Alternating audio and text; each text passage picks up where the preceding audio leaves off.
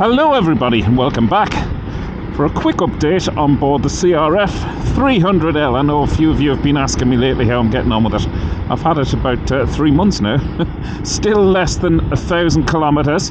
It's going in very soon for its first service. Now if you want the short version about how I'm getting on with it, then it is this. Still absolutely in love with it. So thanks for tuning in, and see you on the next video. If you want the longer version, I shall tell you this as well. It's built my confidence massively, both off-road and on, to be honest. I bought it for a specific purpose, and it was to become a better rider, really. And this has absolutely built my confidence in leaps and bounds. Not just in the machine, but within riding, to be honest. So top marks to the bike for that. There's a couple of little things which are niggling me though. So I'm just trying to find a track. I mean, even with loose gravel, the bike is superb. Actually, that leads me on to one of the things which is niggling me, the tyres. But then I knew that before I bought this. Everybody gives out about the tyres. On the road, actually, the tyres are great. And they're as good as any for my capability, being on two wheels. I certainly don't need any more on the road, but I've been caught out a couple of times when I've been off-road and not even holding the track, it's coming back uphill in wet mud. So I am going to replace the tyres. But hey ho, that's the only thing I can say about the tyres. The gearing leaves a little bit to be desired.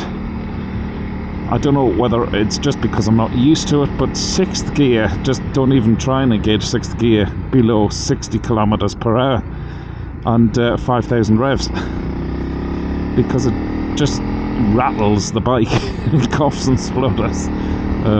But then I suppose 6th gear is for when I'm out on the road, and it does, in fairness, it keeps me up with the traffic. Love these little twists and turns. Don't know where this is now. I'm in 5th gear there now, even though it's shaking the bike. It's got loads of pull. It's a torquey little machine, this. A wolf in sheep's clothing. Certainly sort of mid-range, around the 40 to 50 kilometer per hour, but the torque is superb. Let's have a little look up here. The torque is brilliant when you're off-road. I'm not going to show you how I'm progressing with wheelies just yet, because I'm still... That was one of the other things, by the way, that I bought the bike for. I think I mentioned that when I first got this. But I'm still getting there. I've pulled definitely a few involuntary ones, and I've been able to control the bike. But again, that's testament to the bike. That's all down to the confidence it's inspiring. Really trying to find a mud track here. I came up this way thinking I'd find loads. Don't really know where I am, but at the same time I have to be careful taking these twists and turns, because of the part of the world I'm in rural Ireland, I don't want to meet a tractor coming around the corner.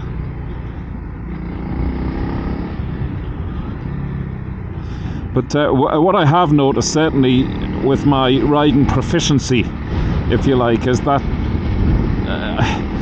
and I know a lot of you who've been riding a lot longer than I have will agree that basically the bike has to follow.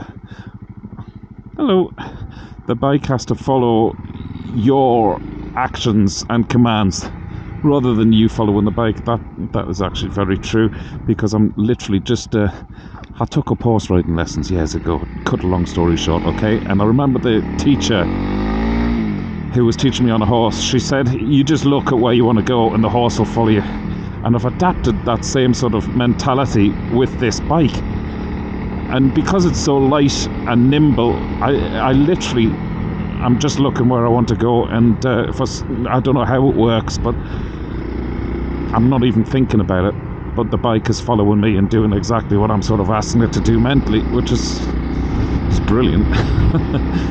The only time I come a cropper with that is when I get on something like the BMW, the R1200, which is probably, well, nearly twice the weight, I'd say, and doesn't quite work that way when you're on a heavier bike. Although I know some of you'll disagree. Maybe that'll come to me when I have more experience under my belt. Let's see where we're going. Oh, the other thing I've noticed is that I ride far too quick on this, and again, it's because I'm comfortable.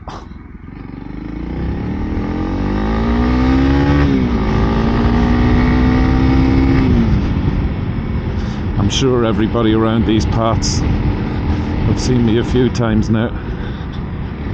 Or just follow me nose. That's one of the luxuries about having one of these. I sort of end up in places I never would on any other bike. I love that feeling at the moment, especially in the summer evenings. Just being able to go out with no plan, no idea. Sorry, it's a fly inside my visor here. No idea where I'm going, and ending up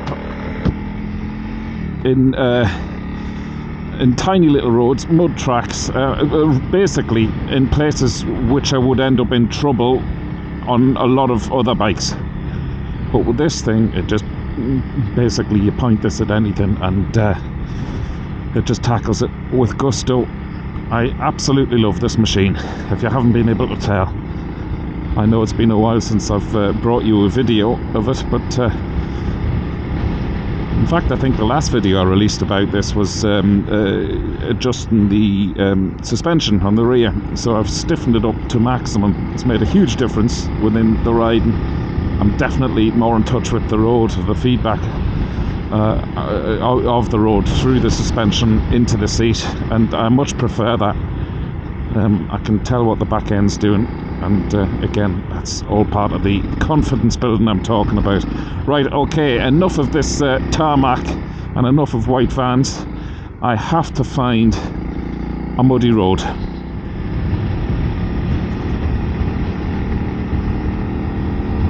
It's always the same. When you want to find something, you can never find it. However, I think we're going in the right direction. Seems more loose gravel than mud, though. Follow me nose here. I know we're high up, obviously, because the windmills are a bit of a giveaway. There's loads of windmills around these parts. I know they're contentious, but oh, look at the size of that! Oh, gorgeous buzzard. I think I was eating something on the ground. I've just disturbed his lunch. Sorry about that. Some size though, wasn't he? I hope I got a decent enough shot. I tried to move my chin with him as well, so it looks like... Sorry, yeah, I was talking about the windmills. I know they're contentious, but I actually love them. Okay, this is more like what I was talking about. Let's see where this goes. Now, bearing in mind, 3 months, if you saw my early videos, I would have been like, oh, right, okay, I'm not sure about going in here. So, standing up here.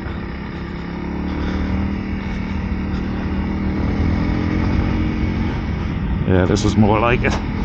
Woohoo! It's actually eating up the potholes. Don't even feel them. This is brilliant.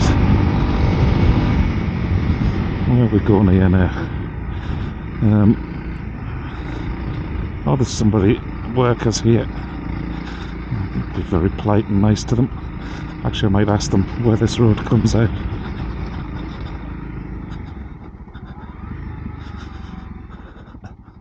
How are you, lads? Are you good? Where does this road come out? We're not from here, but up on another little by road anyway. It's not a dead end anyway. No. Ah, grand. I'll carry on so. Thanks, Joe. Ah, thanks a million. Yeah, I'd say yours is a lot more capable than this. You've got 2 more wheels than me. Good chance, fucking get stuck too. Good luck. Right, so it's not a dead end. Nice lads. Standing back up, that was gorgeous, just pulling away there. That's what I mean about that suspension being stiffened. You can feel all the feedback. from the from what it's doing on the mud. So now I hope you're right. I think that was it for a mud track. I hope you're able to tell even by watching this. I know it's quite a meek video compared to what other lads are doing on theirs, but for the sake of this video and the purposes of this, I certainly feel as though my riding has come on leaps and bounds, especially off-road. I'm just not frightened of anything off-road anymore with this yoke. It's brilliant. Right, on that note, I'll probably end this video now. Oh, do you know what? That's another thing this bike is capable of doing. Just when you think you should start heading home, takes you off on another tangent. I will end the video, folks. I just wanted to take you out for a quick update, just to let you know that my love affair with this beautiful CRF 300L is still continuing. And so is my search for another mud track. Seriously, I have to go. Alright, I'll talk to you soon. Dave Perry, Really Good TV, over and out.